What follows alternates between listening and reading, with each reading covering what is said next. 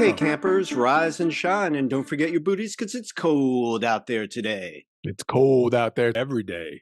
Do not adjust your podcast device. Hello, and welcome back to Pop Culture Graveyard. I am Hollis. With me, as always, is Dave. How are you, Dave? I'm doing all right. We are paying tribute to the repetitious life lived in one day over and over by Bill Murray in Groundhog Day, a 1993 film. How many times would you say you've seen this movie? I would say the time I watched it just now was probably my third. For you, that's high praise. Yeah, that's true. That's true. This was one of the films that was in a stack of DVDs out of their boxes, unceremoniously stacked on a table back in my drinking and cocaine days that I would just pop in one after another and watch, and they all got scratched up. So I've seen this movie a couple of dozen times probably. And then I had on fast forward. Yeah, my life was on fast forward at that point. Yeah, I know. But then I haven't seen this film in about 15 years. I was shocked at how many notes I was taking. Oh my God. There's a lot going on in here. There is. It's one day over and over, and there's a ton going on. Yeah, there's a lot going on. Yeah, let's just get into it. I think you said the same thing just when we texted each other. I was pleasantly surprised. Yeah, I definitely was. Better than I remembered. I thought it was a kind of like non-edgy, mainstream. Yeah, and you saw it a lot back then. And I saw it 3 times. It's weird how wrong we could be. Yeah. I think even Ebert said that he was wrong and gave it a new rating like a few years later. Hey, if Roger Ebert had to go back and reassess. He did. He went back and reassessed, which is great because it's like, weirdly, you have to see it a bunch of times. Yeah, you do. So for the 3 or 4 people in this country who have yet to see this film, Groundhog Day. World. In the world, maybe. I don't know. There's a lot going on in the world right now. Yeah, that's true. That's true. Groundhog Day is directed by comedy legend, rest in peace, Harold Ramis. The screenplay was written by Harold Ramis and Danny Rubin, who did the story. This movie, of course, stars Bill Murray. Bill Murray was one of my favorite guys in the 70s, early to mid 80s. He had a little bit of a fallow period, and then he came back very strong with What About Bob in 1991, and then Groundhog Day in 1993. But Bill Murray, how good is he in this? Yeah, it's one of those cases of I don't know if I can see anyone else doing it. Yeah, he's the list. Yeah.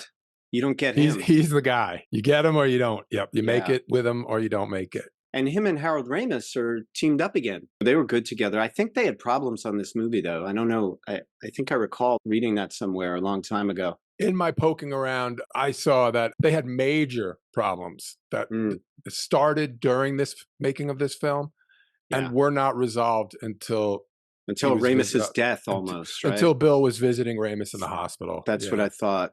Such a waste. Pretty unfortunate. Yeah. I'll tell you probably Bill's fault. Yeah, I was about to say that. There are a million Bill Murray stories, and a lot of them have to do with this tough guy side of him. And one of the great things about this movie, I think there's a lot of Bill Murray in his character, Phil, the weatherman. Mm-hmm. He's not unlikable. You like him almost in spite of yourself. But there's an edge to him that's on full display in this film. Yeah, he's a bad person. When it opens up, he's a bad person. And he should be. Otherwise, you're not going to have much of an arc. He's a bad person, but you're right. You almost feel guilty. You're like, he's funny. Sometimes when guys are jerks, but they're like witty about it, you might have a little affinity for them that you maybe shouldn't. I think that's one of the great things about this film. We get to know his character for a while before there's any kind of change. They establish Phil the weatherman. We even start in Pittsburgh, where he's just doing the weather. And we get to see his contentious relationship with the staff, with people under him, with people on the same level as him, the ego, the sense of entitlement, just being mean for no reason. So they set him up really well before the plot kicks in. Yeah, it's fantastic character exposition on Phil Connors. So important. I always bring up those kids from Jurassic Park. Well, I'm like, you do. I'm like, eat those kids. I don't know those kids. Eat them. Yeah. I don't care. Yeah. I was more invested in the lawyer on the toilet. Yeah. That guy was at least making me laugh. So as we said, Phil Connors is a weatherman in Pittsburgh at a station, PBH. Rita is played by Andy McDowell, who is Phil's producer. And Chris Elliott plays Larry, the cameraman. I want to make sure that we mention that Chris Elliott was fantastic. He was. He did exactly what he was supposed to do. He absorbed all of Phil's meanness and then beautifully reacted to Phil's eventual kindness. Phil Connors, his new producer, Rita, and his cameraman, Larry, make what is for Phil a yearly pilgrimage to Punxsutawney, Pennsylvania, where Punxsutawney Phil, the local groundhog, comes out every year to either see or not see his shadow and decide whether there's going to be another 6 weeks of winter. 6 to 8 weeks. 6 to 8 weeks for delivery of winter. First of all, watching the Phil thing, it really broke the illusion of Groundhog Day for me. The first time I saw this film, I'm like, that's how it happens? I honestly thought when I heard about Groundhog Day as a kid, and then I never knew how, I was just like, did he see his shadow? I thought there was like a kind of contained little, what do you call it? Like an oversized terrarium. I thought there was an type, oversized terrarium where this groundhog had like a little cave, and at a certain time of day, they just watch. And if he came out and like got spooked by a shadow, it's not, the guy raps on the door ceremoniously, opens the doors, reaches in, grabs him by the scruff of the neck, pulls him out. They pretend he whispers in one of their ears. Mm. It's just arbitrarily announced. They don't even like flip a coin.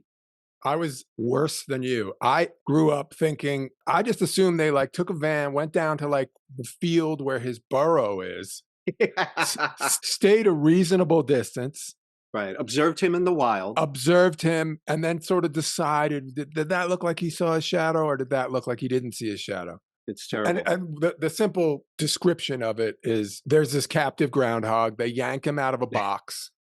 They hold him up in the air and then they shove him back in a box and claim he said something. Yeah. And that's it. Yeah. Sorry, kids. That's how it works. Phil says a lot of funny things early on. Most of them are mean. But this Punxsutawney Phil situation with the groundhog really backs up one of his lines, which I wish we could make for the episode, but we won't because we like the movie, which is people are morons.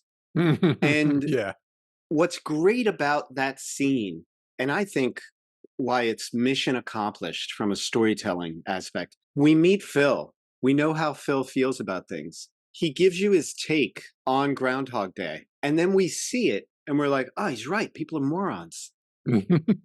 Yeah, let's get the hell out of here. Yeah. And so we're on board with him.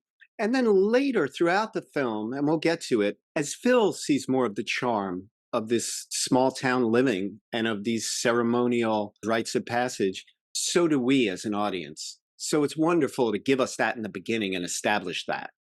Mm-hmm. Yeah. Also, it's a broad thing to say. People are morons. And he means it. Watch him go through life. You can't ask Phil Connors who he respects. He respects Phil Connors. He paints with a wide brush. And we talked about it during Lars and the Real Girl. You know, you can create the town you want if you meet them with a certain energy, you know, and you can have good interactions with people depending on what you're bringing to the table. Phil Collins. There's something in the air tonight at Punxsutawney. Just stand and walk away. Yeah. Phil Connors is spewing bile at people all day long. He's spitting venom at them. So what kind of a world do you think he sees? He doesn't realize he's not getting actions from people. He's only seeing reactions from people. To drive it home even harder, they put a person in who's doing the polar opposite. Rita is saying, isn't this great? They come here and they sing songs and then they go over to the fire and they warm up and then they go back and they sing more songs. Isn't it great? To which he says, they're hicks, Rita. They're hicks, Rita. Yeah. Yeah. So they're the polar opposites. So we're set up. I can't let any more time go without just saying, I told you ahead of time before we watch, I was like, I don't remember much outside of the day-to-day that Phil has. The day. But I do remember absolutely hating the opening theme song. Oh my God. How bad is that? You know, we don't like to say bad things about any particular piece of art on this show, Yeah. but this song is bad. It's delivered by a good artist, Delbert McClinton. He's a blues and country artist. He's worked with Bonnie Raitt. He's Ugh. worked with Tanya Tucker. Emmylou Harris has done his songs. But I found out in poking around, guess who wrote the lyrics to that song? Harold Ramis. Yeah, he shouldn't have done that. He couldn't find a song that said what he wanted to say. And so we get this on the nose song of a grizzled weatherman called Weatherman, or I'm Your Weatherman, by Delbert McClinton. And the delivery Delbert gives, I'm sorry, Delbert, it's terrible. I'm We often talk about weatherman. we often talk about how comedy writers can do so much. They're Yeah. great writers, they're great Mhm. actors. You know, being good at comedy makes you good at so many things. Apparently not writing this song. I hate everything about this song. Yeah. It's like if someone asked AI to make a song that is so corporate and so wrong. I don't know. It's just so Yeah. bad. The bit of bluesy that it is, the bit Oh. of that makes it worse. Like, Yes. You know what yeah, kind of it's bluesy it is?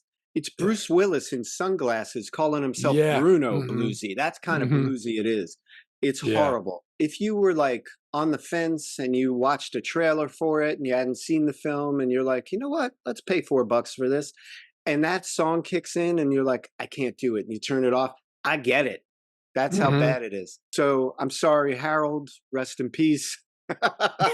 But it was a bad choice. That's maybe my least favorite opening song ever. The thing that is most wrong with this movie, it is the worst element of Yeah. this movie. Yeah. And you know what? Let's turn it on a dime. If that's the worst thing we can say about this movie, Exactly. pretty good movie. Right. Okay. So we've set it up. We have this horrible weatherman, Phil Connors, in this sweet little hamlet. So Phil, Rita, and Larry make it in to the town the night before. Rita and Larry are staying in the hotel, and prima donna Phil is booked into a bed and breakfast. He checks in, he goes to bed. When he wakes up in the morning for Groundhog Day, I Got You Babe by Sonny and Cher is playing, which is not my favorite Sonny and Cher song. It's The Beat Goes On is my favorite Sonny and Cher song. Oh, absolutely. Way better. Way better, so funky. But anyway, this is not a bad song. And the DJs start saying, okay, campers, rise and shine, and don't forget your booties because it's cold out there today. It's cold out there every day. He looks out the window. He sees people walking towards Gobbler's Knob, which is where they hold this event, and he gets ready for the day. On his way to it, he meets people in his bed and breakfast. He greets them. He kind of talks down to all of them. Not kinda. He talks down to all of them. Yeah. Early Phil Connors is written so brilliantly because that character can turn on rudeness that seems like kindness. He's passive aggressive to a fault. He's actively being mean to these people, but they walk away with like, oh, I met Phil Connors. They don't feel like Yeah. he's been mean. He didn't curse at them. He just was like really rude in a brilliant way. Yeah, you maybe only know as a spectator because you see his eyes roll as he walks away. Yeah. Along the way, he meets an old schoolmate, Ned Ryerson. Needle Nose Ned the Head, played by Stephen Tobolowsky, a great actor who, more than any other actor on the planet, deserves the title of "It's that guy." Oh, yeah, that's reasonable. Yeah. Yeah, he's this bald actor with Bespectacled. glasses, bespectacled actor. You know him when you see him, yet people seldom shout out his name. So Stephen Tobolowsky, great job. Anyway, he's this insurance salesman who used to date Bill Murray's sister until Bill Murray's character told him not to. He is one of the people that he will have encounters with day after day. So Punxsutawney Phil happens, and the threesome, Phil, his producer, and his cameraman, they try to get out of the town, but this blizzard that Phil said would pass them by keeps them stuck in that town. So they go back, they have a night's sleep. The clock radio clicks over to 6 a.m. and I Got You Babe starts playing, just like it was playing the day before. Bill Murray's character, Phil, wakes up. The song is the first inkling, Clue. the first clue. The DJ's talking is the second clue because they're And he- saying the same things. And he's like, hey guys, change the tape. Playing yesterday's tape. He looks outside. He looks outside, yeah. And it's the same people. There's been a blizzard all night, as far as Mhm. he's concerned.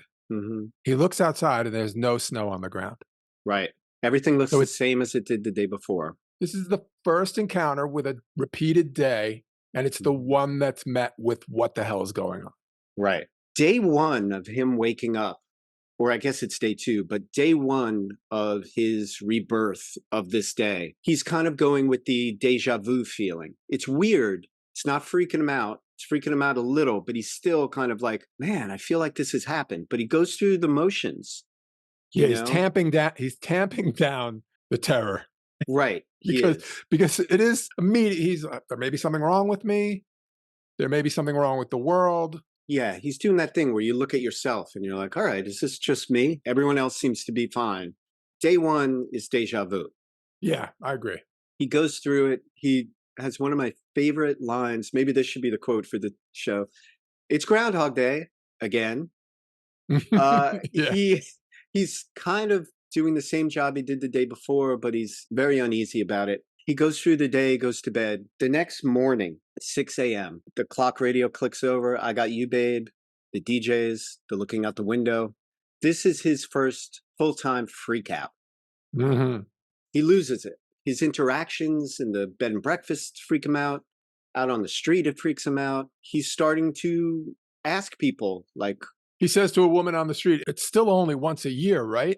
Yeah. So he freaks out this day. I have a question that I think now I can ask, now that we know that this day is going to be lived over and over again. What do you ascribe, and can we ascribe anything, to this phenomenon happening? Is it a magical clock radio?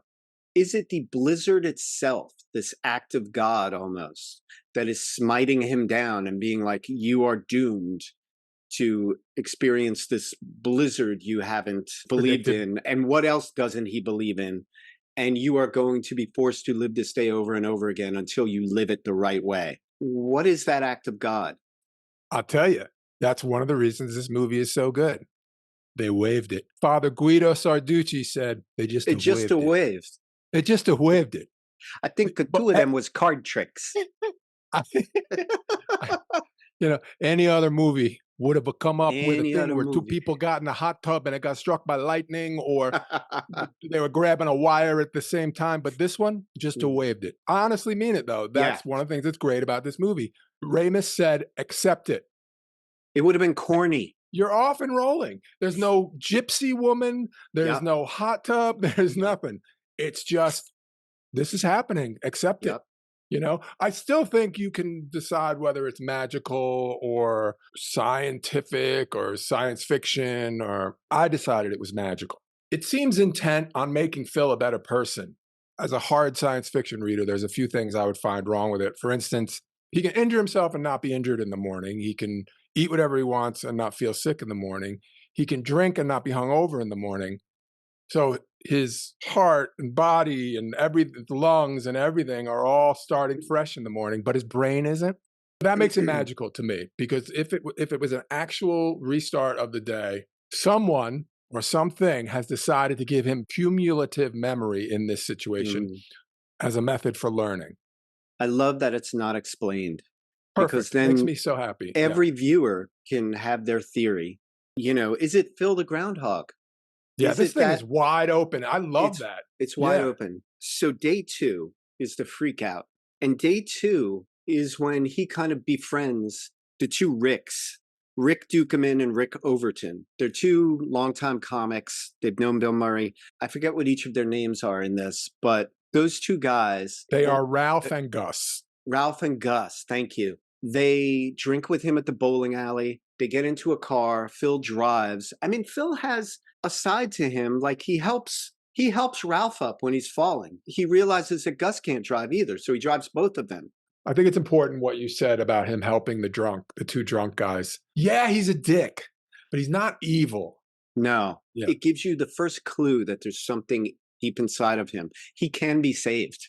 He's worth saving, which is an important thing. You have to establish that your character's worth saving. Yeah. And it's only in talking with them and hearing that, oh, well, if there's no tomorrow, then that means there's no consequences. We could do whatever we want. And that's when he starts to see just how open his choices are. And he starts driving on the railroad tracks. Yeah, we enter the anything goes portion of the movie. Anything goes. And he ends yeah. up that night in jail. The doors close and we see him and he's genuinely worried. And then we cut to him opening his eyes in the morning to the 6 a.m. I got you, babe. And he's elated. He's like, it worked. And he has a very short-sighted view of the situation he's in at that point. Yes. He's saying, I can do anything I want all these days in a row, and there'll be no consequences. It's like, yeah, but what are the further reaching? What's the problem? Think about but he's not. He's just super excited to now go out in the world and do whatever he wants. Yeah. So that day he wakes up after being in jail the night before. He's upbeat because he has a license to do anything. He starts eating what he wants. He starts drinking what he wants. Smoking. He doesn't even extend himself to go through the motions of like, yeah, you guys go ahead, head back to Pittsburgh. I'm good here. He understands that things are going to work out a certain way. And he's just kind of relaxing into it and being like, whatever, it's a lazy portion of his life right now. And then day 4, he starts using it for creepy reasons. He comes along in the diner. He passes by a very pretty Nancy Taylor. And he's like, what is your name? Where'd you go to high school? Who'd you have for English? You had Mrs. in 12th grade. She answers all the questions and is like, hey, what's that about? And then the next day. Yeah, before he walks away, he does just so he'll remember, he's like, Lincoln, Walsh. Yeah, Nancy Taylor, Lincoln, Walsh. Yeah. Then he encounters her at Gobbler's Knob. And the next day. The very next morning. Because their meeting has to be erased. Yes. So in the next day, Nancy Taylor has no memory that he asked her those questions. And he pretends he went to school with her and he was in that class with her. And he kind of arranges to meet her afterwards. She's excited because he's a weatherman. We then cut to them making out, and it's clear that they're going to have sex. He says Rita's name while he's making out with Nancy. Mm-hmm. Twice. Well, he says it the first time, and then she calls him on it, and she's like turned off. And he's like, oh no, Nancy, I love you. I've always loved you. I know this is sudden, but would you be my wife? And she's like, oh, Phil. And he's like, oh, really Rita. Leaning into he can get away with anything. Yeah. He won't have to cash any of the checks he's writing romantically. And so he basically uses her for sex. This is the ugliest side of the early Phil Connors that we see in the whole movie, as far as I'm concerned. It's really just using someone. The next day, he's still Phil Connors, the ugly weatherman. He performs a bank heist. You were saying then the next day. We're not on the 5th day. No, we're not. We don't know how many days. Like he may have cultivated information on Nancy a few days. Right. He certainly watched the Brinks truck where he steals the money from. Right. He watched that dozens of times. That particular the next day we see. The next day we see. Yeah, I know that's what you mean, but I want to point out for the sake of thinking. While you're on the Brinks truck theft, he's sitting on the wall across the street. He goes, light breeze. The light breeze blows. It's like, drop the change. And he knows the perfect timing to just go over there and take a whole bag of money. I love that scene. That's an incredibly great science fiction scene about a guy who watched this over and over again and learned it. Also, it must resonate with video gamers. That's how you do a level.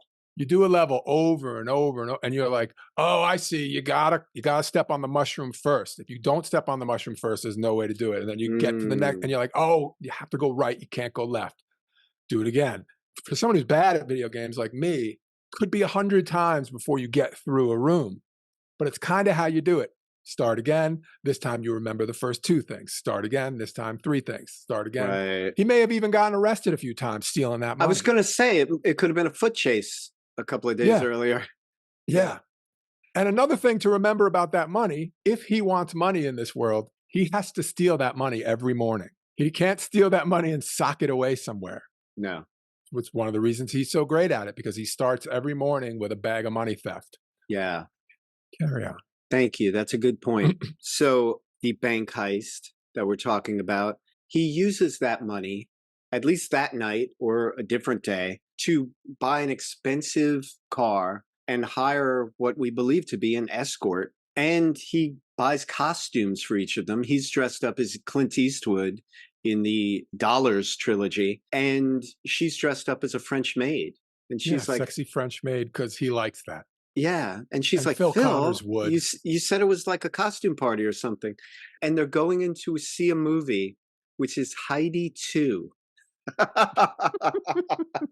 Which is the kind of movie, I guess, that plays at Gobbler's Knob or Greater Punxsutawney. It's probably downtown Punxsutawney. So funny. And Nancy Taylor walks by, and he does this great Clint Eastwood impression. It's my former fiance. He doesn't recognize me.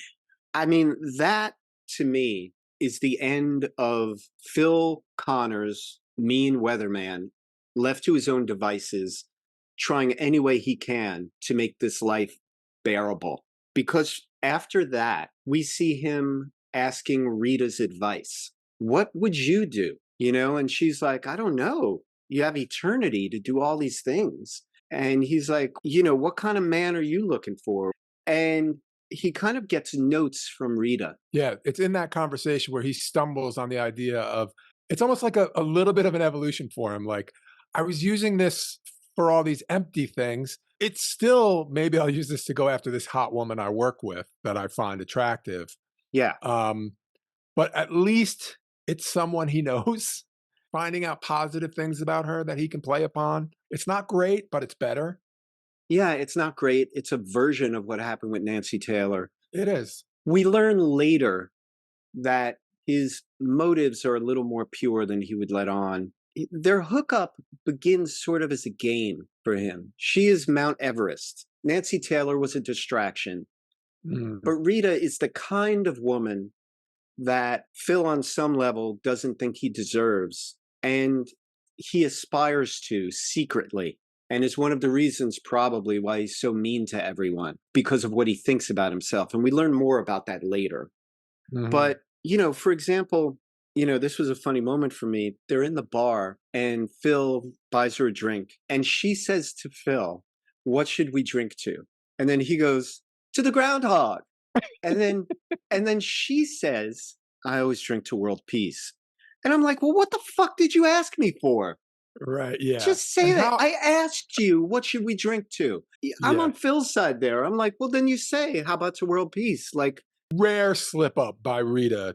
That's pretty condescending to say to someone. Oh, I just say cheers. Really? Yeah. Because I drink to world peace. Like, yeah. oh, fuck you then. I already asked you what we should drink to. That was the time to bring up world peace. Right. By the way, the bartender in that scene, did you recognize him? I thought he was great. I did not recognize him. He didn't have many lines, but he had these great reactions. He had great side eye. Yeah, yeah. Good side eye. He was in The Fugitive. He was Bones or something. He was the guy who handled all of the samples.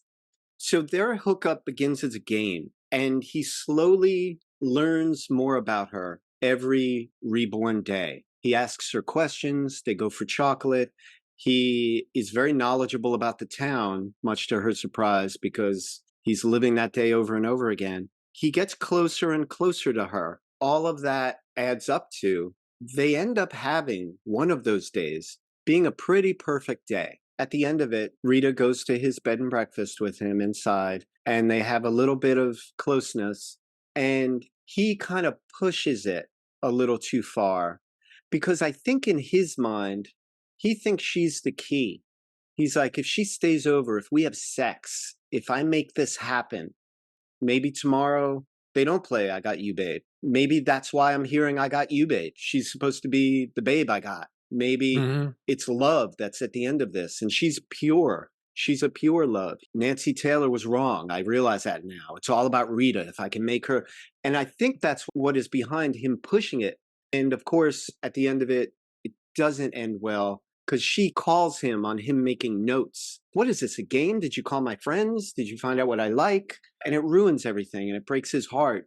because there were pure moments in that day for him. So yeah, that ends. And then all the subsequent days we see is Phil trying to recreate that perfect day they have. That's what's great about that perfect day. Yes. Because that perfect day is so sweet. The snowball fight is so sweet.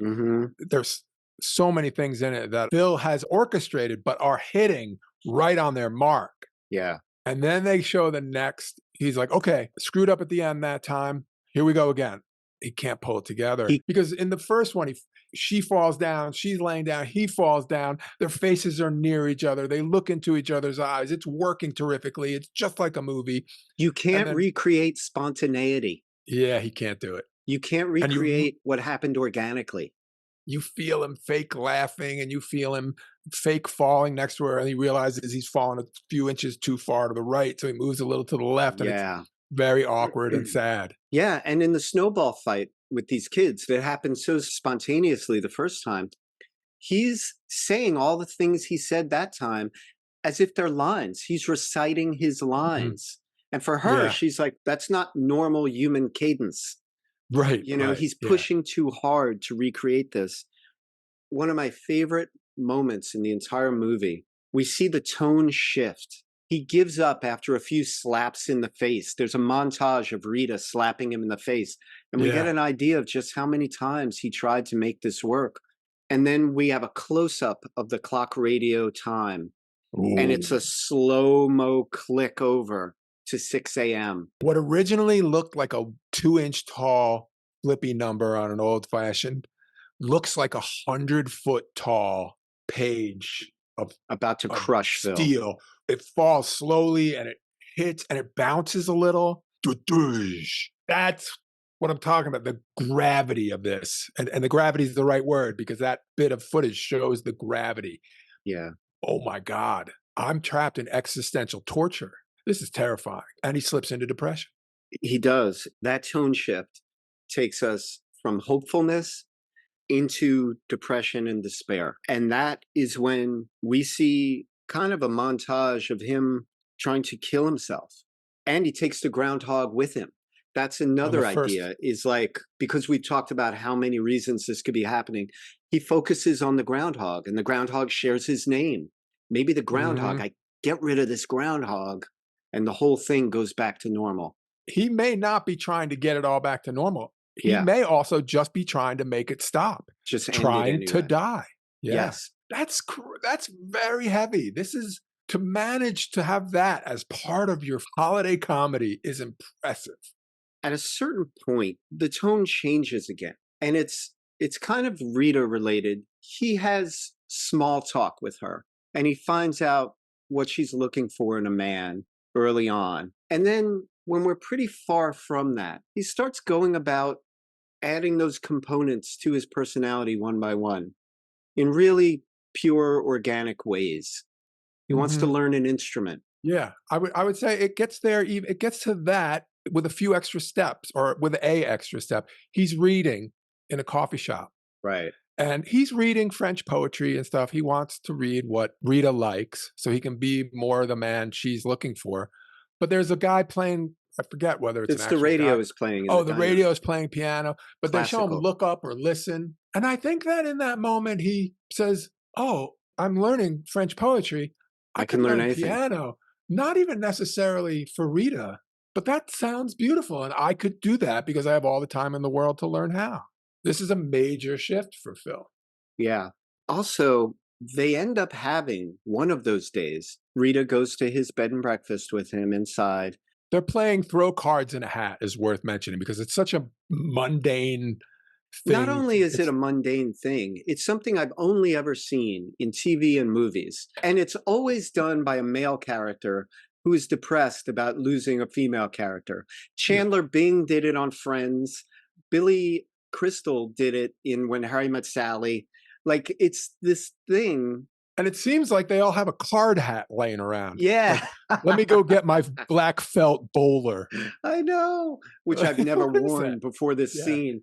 Yeah, it's just over there on the shelf full of cards. I do not understand why that's a trope. What a weird thing, It's bizarre, and I've never seen it in real life. But yeah, so they're spending all this time together.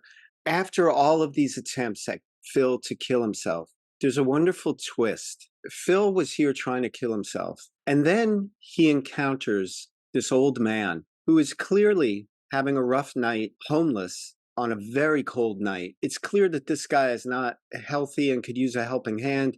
He buys this guy 2 bowls of soup, 2 plates of food. He tries to get him well. We see on a series of future days of Phil, the old man was unresponsive in an alley. Phil is giving him mouth-to-mouth resuscitation. No luck. He's at a hospital, either that night or a different night. The doctor said he died. People die. And then Phil says, not today, because that's his day.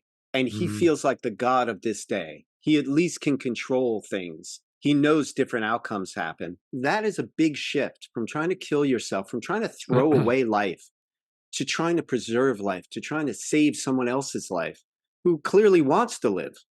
Despite his best efforts, in this world, this gentleman dies every night. Yeah, it's a very important part, I feel, in Phil coming to acceptance of the way the world works, at least this world, and the world in a larger sense. People die. Good things happen and bad things happen. And you are helpless. There's a real journey here that Phil makes from I am a god to total depression and despair to hopefulness to charity to self-preservation to self-betterment to wellness to kindness. Doing the work.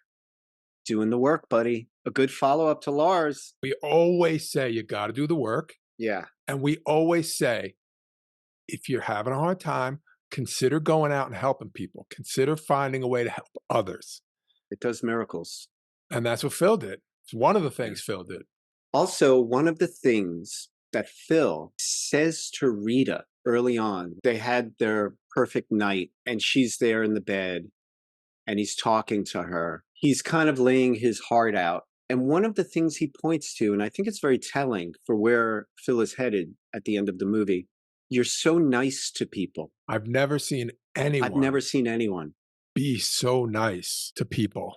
Yeah, that came back to me when I saw Phil reaching out and helping people in this small town. Oh, that came back to you from having seen it in the past. Exactly. Got it. Yeah, exactly. Understood. One of their nights together. So once Phil genuinely wants to be a better person, his life improves instantly. And that's a real message for people watching the film. You make a choice. I'm going to be a better person.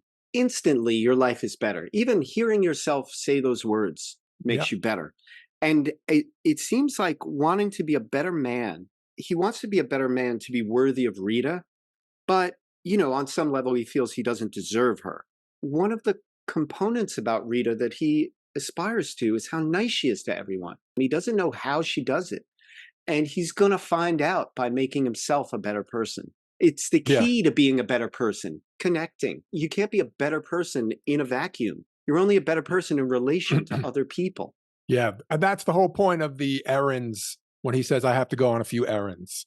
Because he gets exactly what he wants. She is looking at him lovey-dovey. She bid all of her cash and all the money she had in the wallet. She bid on him in a bachelor auction. She is doe-eyed and she says, let's hang out. And he says, I can't. I have a bunch of errands to run. Yep. And those errands are helping people. Yes. Let me just do a run through of things he does and people he helps. There's the old man he tried to bring back from the dead and can't, but I'm sure he makes his final hours on life livable. Bowls of soup, better than shivering in an alley. Yeah, and he dies in a nice bed and breakfast probably, or a hotel room. Phil learns to play piano. He learns to ice sculpt. He catches a falling child every day from a tree. He changes the tire of old women who break down. He performs a Heimlich maneuver on like the mayor of the town or something. He lights a cigarette even for a lady. Like he doesn't miss a trick. He even helped this other guy's back. Who we yeah. That's an aside. Yeah. An aside. Thanks for helping my husband back. Just to give us a little hint that he's been doing things that we don't even see. WrestleMania tickets for the newlyweds. The newlyweds. By the way, You know who the male actor in those I newlyweds knew is? he was someone. I just didn't know who. I Michael was like, I think Shannon. Do you know Michael Shannon? that sounds familiar. He was on Boardwalk Empire. He played Elvis in a movie with Kevin Oh. Spacey playing Nixon. He just played George Jones in a Oh, yeah. he's I don't know if great in interviews. Man, that oh guy is good. weird and awesome. Weird and awesome. That's Michael Shannon. Yeah. His But weirdness is awesome. yeah, nobody comes out of nowhere. He's been a thing, as this Yeah. movie shows. Anyway, let's wrap it up. At the end of the film, Phil Connors is a completely different person. Rita and her cameraman, Larry, to a lesser degree, sort of follow Phil throughout the day. We see him living his best life. He does the greatest remote groundhog report Yeah. ever. The town is Gronk, behind him. You could hear a he does pin a drop. Cronkite level Groundhog Day bit, right? I mean, just Yeah, he's poetic. He's hearts and perfect. hearths. Basking in the warmth of their hearths and hearts. Yeah, that's great. Yeah. He's fantastic. Rita is enraptured like the rest of the town at his report. And she's like, Phil, that was surprising. She wants to like hang out with him and follow him around. He's like, oh, could we do it later? I have some errands. The errands are catching the child and doing other altruistic things. Later, Rita and Larry happen upon him when he's doing ice sculpting with a chainsaw and a crowbar. And she's like, wow, Phil, I didn't know you did that. She later shows up at a bar with Larry. The whole town is celebrating Groundhog Day night. There's a band playing inside. She hears the music. She's like, we should invite Phil. Nancy Taylor, Phil's old squeeze, says, oh, Phil Connors, I think he's inside. She goes inside, sees him playing piano, which is one of the components of her dream man, plays an instrument. She's impressed and has sort of a crush on Phil, we see. He comes down from playing the piano. His piano teacher spells him, and they dance together. Other people come up and greet him and thank him for his hard work. That's when Michael Shannon and his fiance come up. Yeah. He bought them WrestleMania tickets, which speaks more to their age than anything. She marvels at how he could be so well known and so well liked in a town where he spent so little time. Then an auction takes place where they are auctioning off all the eligible bachelors for charity. The waitress at the diner, who's played by Robin Duke, who is another veteran of Saturday Night Live, pulls him up and is like, I got your first victim. People start bidding on Phil. For Gobbler's Knob, some real dollars are being thrown around. And then Rita pledges whatever's in her checkbook, which is $333 or whatever. And 18 cents or something like that. Yeah. So she wins a night with Phil Connors. They dance, they go off, they have private times in the snow, in the gazebo, wherever they wind up. He does an ice sculpt or a snow sculpt of her face. Phil is showing nothing but pure love. He's not pushing too hard. He's letting it happen. He's letting the game come to him, as Kobe Bryant always used to say. There you go. They're having kind of a dream night. Here's my question to you. We've seen Phil's journey. Rita, as far as she knows, woke up that day, saw this amazing report Phil did. It's like, wow, he's really good. But he was a dick yesterday. She later sees him ice sculpt and is with Larry. And it's like, wow, did you know he could ice sculpt? No, yeah, that's impressive. But he was a dick yesterday. Is the journey Rita makes in one day, sporadic moments with Phil, is the journey she makes at the end where she bids on him and she's like, I gotta have this guy. Is it believable for her? It came up in my head. So I definitely was experiencing the same bit of doubt. Two elements. One is that he has transformed so fully, and she is such a good and kind person that she sees whatever my previous thoughts were on this guy, they were wrong. I know people, and this is a good person. His goodness is so good that she questions whether or not she was right about his badness.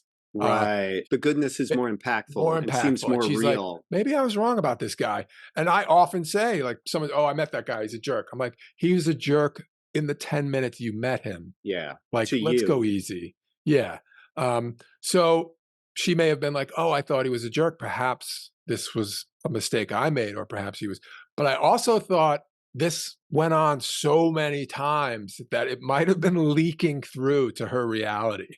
Um, Oh, interesting. You always just go a thought. sci-fi. I love it. I know. Just a thought that, like, Yeah. there's one line where she says something like, "This feels weird," or "What are you Yeah. doing?" Or it's not just that he knows things he shouldn't. She's a little bit like, something weird is going on. There's a Um, recognition. yeah, it's almost like if this goes on long enough, people start to notice. Just a thought. Yeah. No, I like that. So let's get them in bed. Rita wakes up next to him. It is now finally the day after Groundhog Day. These two characters have pretty much told each other they love each other. So Hmm.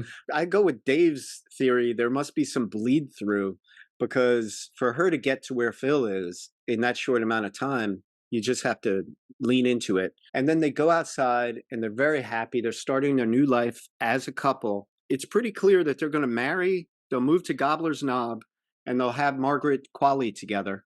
He said we'll rent first. We'll rent to start. Yeah. Yeah, we'll rent to. I love that. Like, I've got a little fear of permanence at the Yeah. moment. I don't Rent. want that song to start up again. I don't want to lock into anything. Yeah. Yeah. Also, it's kind of like you're both going to give up your careers. But I do like them moving to that town because he's laid all that groundwork. He should be that guy. He should be Dr. Connors, as someone calls him. They should have the benefit and the sweetness of all that time spent there. We don't know how many of these days he had repeat. Mhm. There's varied theories I quickly discovered if you look around a little bit. Oh, But really? it's a lot. It's a lot. It's years and years and years and years. Could be decades. And I believe Ramis had said 20 to 30 Oh, my years. God. Yeah. Now I'm creeped out that a 70-year-old married Andy McDowell's character. To move to that yes, that's his new expertise. That's where his life is. He has 30 years experience in that town. That's where he's from. That's his town. That's his That's his hometown now. hometown. Yeah, Yeah. you're right. Amazing. Kind of cool. Yeah. Also, I think he has some making up to do to people in that town. There's a little "My name is Earl" action going on. Yeah, yeah, yeah. And He should My Name Is really, Earl he for should be that. nice to Nancy Taylor. He should, he ends up buying insurance from Needle Nose Ned. Yeah, Ned he the needs head. to. He's about to quit his job. He may want to take down some of it because he bought all the insurance. Yeah. I'm sure he'll be reasonable to Ned Ryerson and find Yeah. a meet in the middle somewhere. You know, this movie leaves you with a lot of questions for a Hollywood movie. Is there a God? Is there any rhyme or reason to life? No and no. Keep Yeah. going. I'll Yeah. take care of this for you. I like the message I get from it, which is you create your own moral universe like an artist does. Mhm. You create the world you want to live in. You know, as someone who has and occasionally suffers from depression, the journey Phil makes in this is inspiring. To go from, wanting to kill yourself and then going ahead and doing it, even knowing after a while that it won't be successful, but just wanting the days to stop. That's a very real feeling. And to go from that to altruism, to helping other people, to charity, that is the key to him being a better person. You have to connect. Mm. This was a person that was closed off in the beginning. He was contentious to everyone he worked with. He thought himself above everyone. And this taught him that he's above no one. That's a really good point. And I have this sort of thought experiment to simplify it. Lock yourself in a room and be a good person. Your options are limited. You can think good thoughts, you can plan good plans, but you're alone. Being a good person is about being a good person to other people. Right. One thing I wanted to mention, Bill Connors destroys that clock twice. You love a good clock destroying scene. I love a clock Loved him punch. breaking away. Yes. Those are two fantastic clock punches. I also want to say that Harold Ramis makes a cameo as the doctor who gives Phil a brain scan and finds nothing in there, as Ralph Cramden would say. He's hilarious. Yeah, Harold he's Ramis. great looking. He's looking at the bright board. He blinks excessively as he Like, yeah, like, looks oh, that away was from bright. it. He's so good, giving you a little comedy. We didn't mention Brian Doyle Murray. The mayor of Punxsutawney, who holds up Punxsutawney Phil, is of course Brian Doyle Murray, Bill Murray's brother, who has had bit parts in several Bill Murray films, going back to Caddyshack. My favorite Brian Doyle Murray role is in National Lampoon's Vacation. He runs the campsite where they're going to spend the night in tents. He's eating watermelon and spitting the pits into his hand. Oh, right. Why do you need my address? And Brian Doyle Murray goes, we like to send out a mailer. So good. And I think that the traffic cop in the snowstorm was probably some of the worst acting I've ever seen. It's terrible. But ironically, Bill Murray's acting in that scene is some of the best I've seen. You don't see any steam coming out of Bill Murray's mouth. Mm. So he's playing cold. Yeah, it's not I am the weather. Yeah, I make the weather. Yeah. Who wrote that cop's line? Like, you got moisture in your head. Yeah. Like, it's like, what are you doing? It's terrible. Bad. I will say this. I like to picture people saying to Harold Ramis, there's too much going on. The people are not going to follow all this. And Harold Ramis just says, well, they can watch it over and over again. Yeah. This is one of those rare movies you can even, if it's playing and you're in the middle of it, you're like, okay, cool. What could be more appropriate than watching Groundhog Day over and over again until you get it? Also, every Christmas, people play A Christmas Story over and over on like TNT or something. It's like, on Groundhog Day, why don't they play this movie 24 hours on some station? That would be appropriate. How perfect is that? And you stop airing it at 6 a.m. the next morning. Oh, that's so That's good. When it ends. You do one round of I Got You, Babe, and then you're back to regular programming. That's wonderful. Let's leave it there. Yeah, let's leave it there. All right. Thanks a lot, Dave. Good stuff. Thank you, Hollis. Good times. All right. See ya. Hollis and Dave would like to thank you for enjoying Pop Culture Graveyard.